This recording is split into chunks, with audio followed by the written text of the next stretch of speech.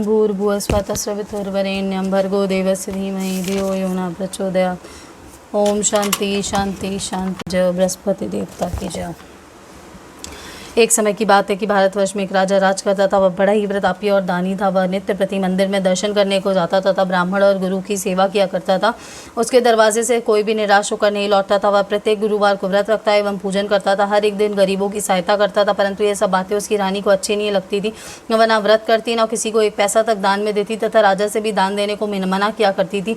एक समय की बात है कि राजा शिकार खेलने वन में गए थे। घर में रानी और दासियां थी। उस समय गुरु बृहस्पति एक साधु का रूप धारण कर राजा के दरवाजे पर भिक्षा मांगने आए तथा भिक्षा मांगी। तब रानी कहने लगी, हे साधु महाराज, मैं इस दान पुण्य से तो तंग आ गई हूँ। मेरे से तो घर का कार्य समाप्त नहीं होता। इस कार्य के लिए तो मेरे पति देव ही बहुत है। अब आप इस प्रकार की कृपा करें कि सब धन नष्ट हो जाए तथा मैं आराम से रह सकूँ। साधु बोले, हे देवी, तुम तो बड़ी विचित्र हो।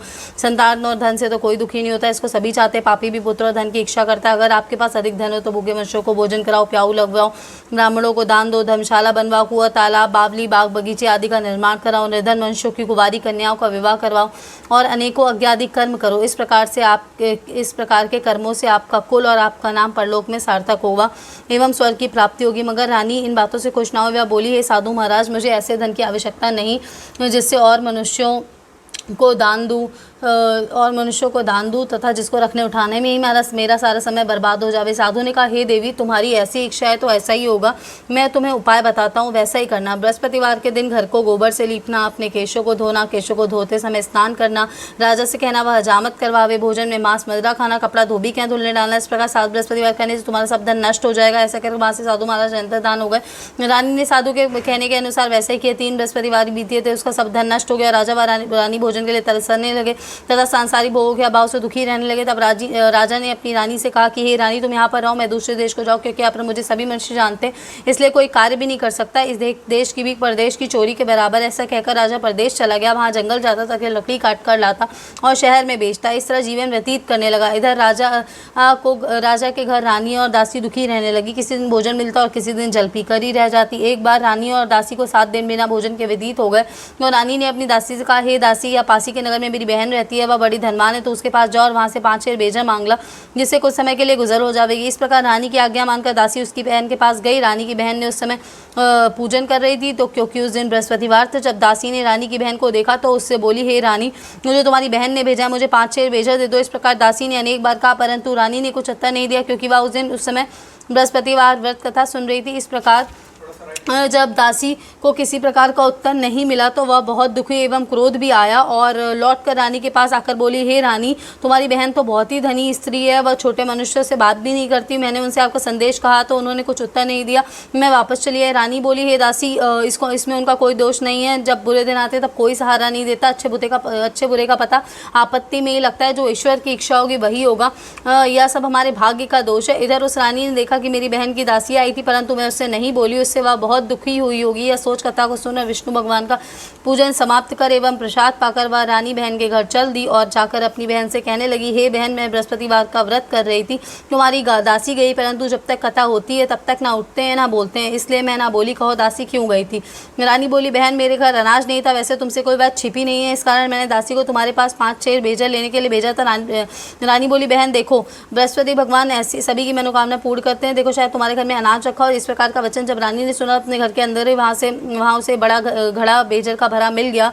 तब तो रानी और दासी को बहुत ही खुशी हुई। दासी बोली, हे रानी, देखो, वैसे भी हमको अन्न नहीं मिलता तो हम रोज़ी व्रत करते हैं, अगर इनसे व्रत की विधि पूछ ली जावे तो हम भी उसे किया करेंगे। तब उस रानी ने अपनी बहन से कहा, हे बहन, बृहस्पतिवार के व्रत की कथा कैसे तथा व्रत कैसे करना चाहिए? रानी की बहन ने कहा, बृहस्पतिवार के व्रत में चने की दाल व मुनक्कद से विष्णु भगवान का केले की जड़ में पूजन करें तथा दीपक जलावे, पीला भोजन करे, कहानी सुने। इस प्रकार से गुरु भगवान प्रसन्न होते हैं, पुत्र धन देते हैं और मनोकामना पूर्ण करते हैं। इस प्रकार रानी और दासी दोनों ने निश्चय किया कि बृहस्पति भगवान का पूजन जरूर करेंगी। 7वें दिन जब बृहस्पतिवार आए तो उन्होंने व्रत रखा। गुड़शाल में जाकर चना आदि गुड़ बीन लाई, चने की दाल से केले की जड़ तथा विष्णु भगवान का पूजन किया। अब भोजन पीला कहाँ से आवे? बेचारी बड़ी दुखी हुई, परंतु उन्होंने व्रत किया, इस कारण गुरु भगवान प्रसन्न हुए। थालों में सुंदर पीला भोजन लेकर आए और दासी को देकर बोले, हे दासी, यह तुम्हारे और रानी के लिए भोजन है, तुम दोनों ही करना। दासी भोजन पाकर बड़ी प्रसन्न हुई और रानी से बोली, चलो रानी जी भोजन कर लो। रानी को इस विषय में कुछ पता नहीं था, इसलिए वह दासी से बोली, तू ही भोजन कर, क्योंकि व्यर्थ में हमारी हंसी उड़ाती है। दासी बोली, एक महात्मा भोजन दे गए। रानी कहने लगी, वह महात्मा तेरे तेरे लिए ही भोजन दे गए, तू ही भोजन कर। दासी ने कहा, वह महात्मा हम दोनों को 2 थालों में भोजन दे गए, इसलिए हम और तुम दोनों ही साथ साथ भोजन करेंगे। इस प्रकार रानी और दासी दोनों ने गुरु भगवान को नमस्कार कर भोजन करना प्रारंभ किया। अब वे प्रत्येक बृहस्पतिवार को विष्णु भगवान का व्रत और पूजन करने लगी। बृहस्पति भगवान की कृपा से रानी और दासी के पास फिर धन हो गया, तो फिर उस प्रकार आलस्य करने लगी। जब दासी बोली, देखो रानी, तुम पहले इस प्रकार आलस्य करती थी, तुम्हें धन के रखने उठाने में कष्ट होता था, इसी कारण सब धन नष्ट हो गया। अब गुरु भगवान की कृपा से हमें धन मिला है, तो तुम्हें फिर से आलस्य होता है। बड़ी मुसीबतों के बाद हमने धन पाया है, इसलिए हमें दान पुण्य करना चाहिए। भूखे मनुष्य को भोजन कराओ, प्याऊ लगवाओ, ब्राह्मणों को दान दो, कुआं तालाब बावली बाग बगीचे आदि का निर्माण कराओ, मंदिर पाठशाला बनवा कर दान दो, कुंवारी कन्या का विवाह कराओ, धन को शुभ कर्मों में खर्च करो, जिससे तुम्हारे कुल का यश बढ़े तथा स्वर्ग प्राप्त हो, और इससे पितर भी प्रसन्न होंगे। तब रानी ने इस प्रकार के कार्य करने प्रारंभ किए तो काफी यश फैलने लगा। एक दिन रानी और दासी विचार करने लगे, ना जाने राजा किस प्रकार से होंगे, उनकी खबर नहीं मिली। गुरु भगवान से उन्होंने प्रार्थना की और भगवान ने रात्रि में राजा से अपने में कहा, हे राजन, और तेरी रानी तुझको याद करती है, अपने देश को चल। राजा प्रातः काल उठा और मन में विचार करने लगा कि स्त्री जाति खाने और पहनने की संगति होती है। फिर पर भगवान की आज्ञा मानकर वह अपने नगर को चलने के लिए तैयार हुआ। इससे पूर्व जब राजा प्रदेश चला गया था तो प्रदेश में दुखी रहने लगा था। प्रतिदिन जंगल में से लकड़ी बीन कर लाता और उन्हें शहर में बेचकर अपने दुखी जीवन को बड़ी कठिनता से व्यतीत करता था।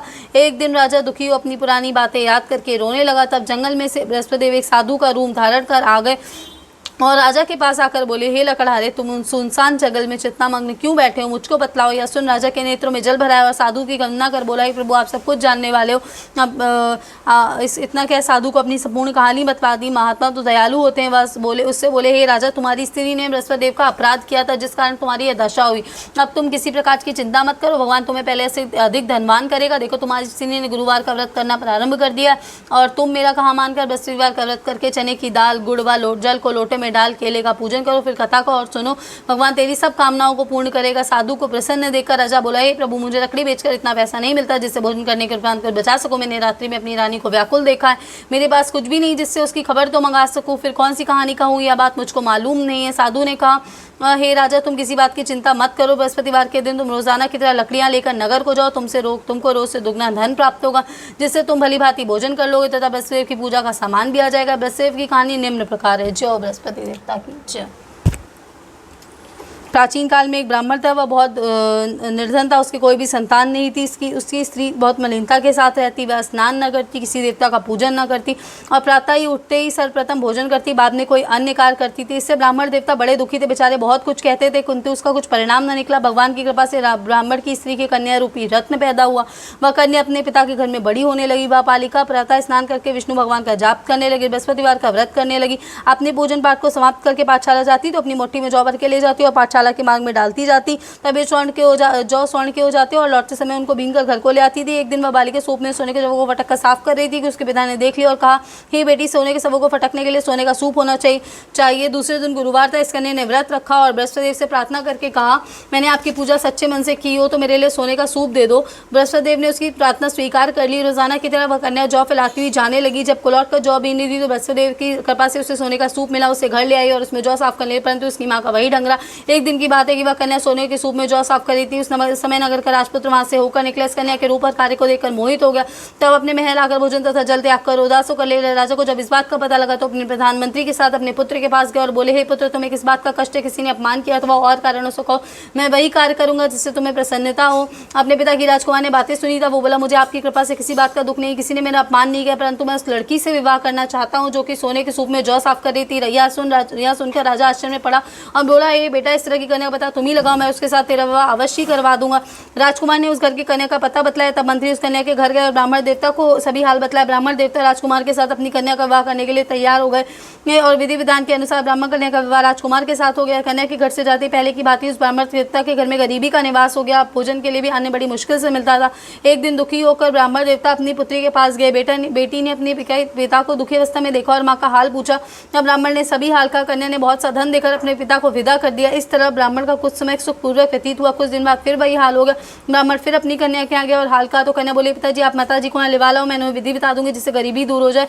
ब्राह्मण देवता अपनी स्त्री को साथ लेकर पहुंचे तो पुत्री अपनी माँ को समझाने लगी, ही माता तुम प्रातःकाल उठकर प्रथम स्नानादि करके विष्णु भगवान का पूजन करो, तब दरिद्रता दूर हो जाएगी। परंतु उसकी माँ ने एक भी बात नहीं मानी और प्रातःकाल उठकर सर्वप्रथम अपनी पुत्री व बच्चों की जूठन को खा लिया। एक दिन उसकी पुत्री को बहुत गुस्सा आया और रात को एक कोठी से सभी सामान निकाल दिया और अपनी माँ को उसमें बंद कर दिया। प्रातःकाल उसमें से निकाला तथा स्नानादि करके पाठ करवाया तो उसकी माँ की बुद्धि ठीक हो गई। फिर प्रत्येक बृहस्पतिवार को व्रत करने लगी। इस व्रत के प्रभाव से इसकी माँ भी बहुत धनवान तथा पुत्रवती हो गई और बृहस्पति के व्रत के प्रभाव से स्वर्ग को प्राप्त हुई तथा ब्राह्मण भी सुखपूर्वक इस लोक के सुख भोग का स्वर्ग को प्राप्त हुआ। इस तरह कहानी के साधु देवता वहाँ से लोप हो गए। धीरे धीरे समय व्यतीत होने पर फिर वही बृहस्पतिवार का दिन आया। राजा जंगल में से लकड़ी काट कर नगर में बेचने गया। उस दिन अन्य दिनों से उसे अधिक पैसा मिला। राजा ने चना गुड़ आदि लाकर गुरुवार का व्रत किया। उस दिन से उसके सभी क्लेश दूर हुए। परंतु जब दोबारा गुरुवार आया तो बृहस्पतिवार व्रत करना भूल गया। इस कारण बृहस्पति भगवान नाराज हो गए। उस दिन नगर के राजा ने विशाल यज्ञ का आयोजन किया तथा नगर में घोषणा करा दी, कोई भी मनुष्य अपने घर में भोजन न बनावे, ना आग जलावे, समस्त नागरिक मेरे यहाँ भोजन करने आवे, इस आज्ञा को जो न मानेगा उसे दंड दिया जाएगा। इस तरह की घोषणा संपूर्ण नगर में करवा दी गई। राजा की आज्ञा अनुसार नगर के सब लोग भोजन करने गए, लेकिन लकड़हारा कुछ देर से पहुंचा, इसलिए राजा उसको अपने साथ घर लिवा ले गए और ले जाकर भोजन करा देते। रानी की दृष्टि उस खूंटी पर पड़ी जिस पर उसका हार लटका हुआ था। वह हार वहां दिखाई न दिया। रानी ने निश्चय किया कि मेरा हार इस मनुष्य ने चुरा लिया है। उसी समय सिपाही को बुलवाकर उसको कारागार में डलवा दिया। जब लकड़हारा कारागार में पड़ गया तो बहुत दुखी होकर विचार करने लगा कि ना जाने कौन से पूर्व जन्म के कर्म से मेरे लिए दुख प्राप्त हुआ है, और उसी साधु को याद करने लगा जो कि जंगल में मिला था। उस समय तत्काल बृहस्पति देव एक साधु का रूप में प्रकट हो गए और उसकी दशा देखकर कहने लगे, अरे मूर्ख, तूने बृहस्पतिवार की कथा नहीं कही, इस कारण तेरे लिए दुख प्राप्त हुआ। अब चिंता मत कर, बृहस्पतिवार के दिन कारागार के द्वार पे 4 पैसे पड़े मिलेंगे, उनसे तू बृहस्पति देव की पूजा करना, तेरे सभी कष्ट दूर हो जाएंगे। बृहस्पतिवार के दिन उसे 4 पैसे पड़े मिले। लकड़हारे ने कथा कही। उसी रात्रि को बृहस्पति देव ने उस नगर के राजा से स्वप्न में कहा, हे राजा, तुमने जिस आदमी को कारागार में बंद कर दिया है वह निर्दोष है, वह राजा है, उसे छोड़ देना। रानी का हार उसी खूंटी पर लटका है, तू ऐसा नहीं करेगा तो मैं तेरे राज्य को नष्ट कर दूंगा। इस रात्रि के स्वप्न को देखकर राजा का प्रातःकाल उठा और खूंटी पर हार देख लकड़हारे से क्षमा मांगी तथा राजा से योग से वस्त्र आभूषण दे उसे विदा किया। गुरुदेव की आज्ञा अनुसार राजा अपने नगर के निकट पहुंचा। जब राजा नगर के निकट पहुंचा तो उसे बड़ा आश्चर्य हुआ। नगर में पहले से अधिक तालाब, कुएं तथा बहुत से धर्मशाला व मंदिर आदि बन गए थे। राजा ने पूछा, यह किसका बाग व किसकी धर्मशाला है? तब नगर के सब लोग कहने लगे, रानी और दासी के। तो राजा को आश्चर्य और गुस्सा भी आ गया। जब रानी ने खबर सुनी कि राजा आ रहे हैं तो उसने दासी से कहा कि दासी, राजा हमको कितनी बुरी हालत में छोड़कर गए थे, वह हमारी ऐसी हालत देखकर लौट ना जाए, इसलिए तू दरवाजे पर खड़ी हो जा। रानी की आज्ञा अनुसार दासी दरवाजे पर खड़ी हो गई तो और राजा आए तो उनके साथ लिवा लाई। तब राजा ने क्रोध करके अपनी तलवार निकाली और पूछने लगे, यह बताओ तुम्हें यह सब धन कैसे प्राप्त हुआ है? तब रानी ने कहा, यह सब धन हमें बृहस्पति देव के व्रत के प्रभाव से प्राप्त हुआ। राजा ने निश्चय किया कि 6 दिन बाद तो सभी बृहस्पति देव जी का पूजन करते, परंतु मैं रोजाना दिन में 3 बार कहानी कहा करूंगा तथा रोज व्रत किया करूंगा। हर समय राजा के दुपट्टे में चने की दाल बंदी रहती थी। दिन में 3 बार कहानी कहता। एक दिन राजा ने विचार किया कि चलो अपनी बहन को वहाँ हो आवे। ऐसा निश्चय कर राजा घोड़े पर सवार हो अपनी बहन के चलने लगा। आदमियों के साथ उसे कुछ आदमी एक मृत्यु के लिए जा रहे थे तो उन्हें रोककर कहने लगा, अरे भैया, तुम मेरे बृहस्पतिवार की कहानी सुन लो। वे बोल लो, हमारा तो आदमी मर गया, इसको अपनी कथा की पड़ी है। परंतु कुछ आदमी बोले, अच्छा कहो, हम तुम्हारी कथा भी सुनेंगे। राजा ने दाल निकाली और जब कथा आधी हुई थी तो मुर्दा हिलने लगा और जब कथा समाप्त हो गई तो राम राम करके मनुष्य उठ खड़ा हुआ। आगे मार्ग में उसे किसान खेत में हल चलाता मिला। राजा ने देखा और उससे बोला, अरे भैया, तुम बृहस्पतिवार की कथा सुन लो। किसान बोला, जब तक मैं तेरी कथा सुनूंगा तब तक 4 हरिया जोत लूंगा, जा अपनी कथा किसी और को सुना। इस तरह राजा आगे चलने लगा। राजा कहते ही बैल पछाड़ खाकर गिर गया तथा उसके पेट में बड़ी जोर का दर्द होने लगा। उसी समय उसकी माँ रोटी लेकर आई। उसने जब यह देखा तो अपने पुत्र से सवाल कहा और बेटे ने सभी हाल कह दिया। तो बुढ़िया दौड़ी दौड़ी उस घुड़सवार के पास गई और उससे बोली, मैं तेरी कथा सुनूंगी तो अपनी कथा मेरे खेत पर चलकर ही कहना। राजा ने बुढ़िया के खेत पर जाकर कथा कही, जिसको सुनते ही वह बैल उठ खड़े हुए थे। किसान के पेट में दर्द ठीक हो गया। राजा अपनी बहन के घर पहुंचा तो बहन ने भाई की खूब मेहमानी की। दूसरे रोज प्रातःकाल उठा जागा तो वहाँ देखने लगा कि सब लोग यहाँ भोजन कर रहे हैं। राजा ने अपनी बहन से कहा, ऐसा कोई मनुष्य जिसने भोजन नहीं किया और मेरी बृहस्पतिवार की कथा सुन ले। बहन बोली, हे भैया, यह देश ऐसे ही है, पहले लोग यहाँ भोजन करते हैं, बाद में अन्य काम करते हैं। अगर कोई पड़ोस में हो तो देखा हो। मैं ऐसा कहकर देखने चलेगी, परंतु ऐसा कोई व्यक्ति नहीं मिला जिसने भोजन नहीं किया। अतः वह पता लगाते लगाते कुमार के घर गई, जिसका लड़का बीमार था। उसे मालूम हुआ कि उनके 3 दिन से किसी ने भोजन नहीं किया। रानी की बहन ने अपनी कथा सुनने के लिए कुमार से कहा, वह तैयार हो गया। राजा ने जाकर बृहस्पतिवार की कथा कही, जिसको सुनकर उसका लड़का ठीक हो गया।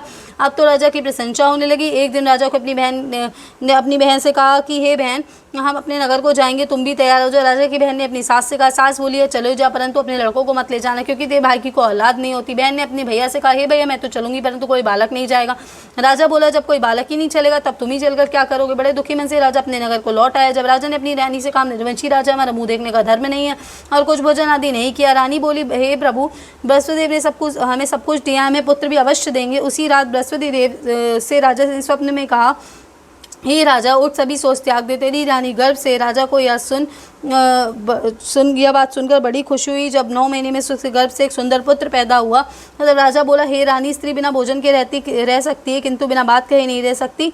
जब मेरी बहन आए तो तुम कुछ कहना मत। रानी ने हाँ कर दिया। राजा की बहन ने शुभ समाचार सुना तो बहुत खुशी तथा बधाई लेकर अपने भाई की आई। तब रानी ने कहा, लोग घोड़ा चढ़कर तो नहीं आई, गधा चढ़ी आई। राजा की बहन बोली, भाभी मैं इस प्रकार ना कहती तो मैं औलाद कैसी मिलती। बृहस्पतिदेव ऐसी जैसी कामनाएं सभी को पूर्ण करते हैं। जो सद्भावना पूर्वक बृहस्पतिदेव का व्रत करता है अथवा एवं कथा कहता अथवा सुनता और दूसरों को सुनाता है, बृहस्पतिदेव उसकी मनोकामना पूर्ण करते हैं। भगवान बृहस्पतिदेव उसकी सदैव रक्षा करते हैं। संसार में जो सद्भावना से भगवान का पूजन व व्रत सच्चे हृदय से करते हैं उनकी सभी मनोकामनाएं वे पूर्ण करते हैं। जैसी सच्ची भावना से रानी और राजा ने उनकी कथा का गुणगान किया तो उनकी सब इच्छाएं बृहस्पतिदेव जी ने पूर्ण की थी। इसलिए सबको कथा सुनने के बाद प्रसाद लेकर जाना चाहिए, हृदय से मनन करते हुए जयकारा बोलना चाहिए। बोलो बृहस्पतिदेव भगवान की जय, बोलो विष्णु भगवान की जय।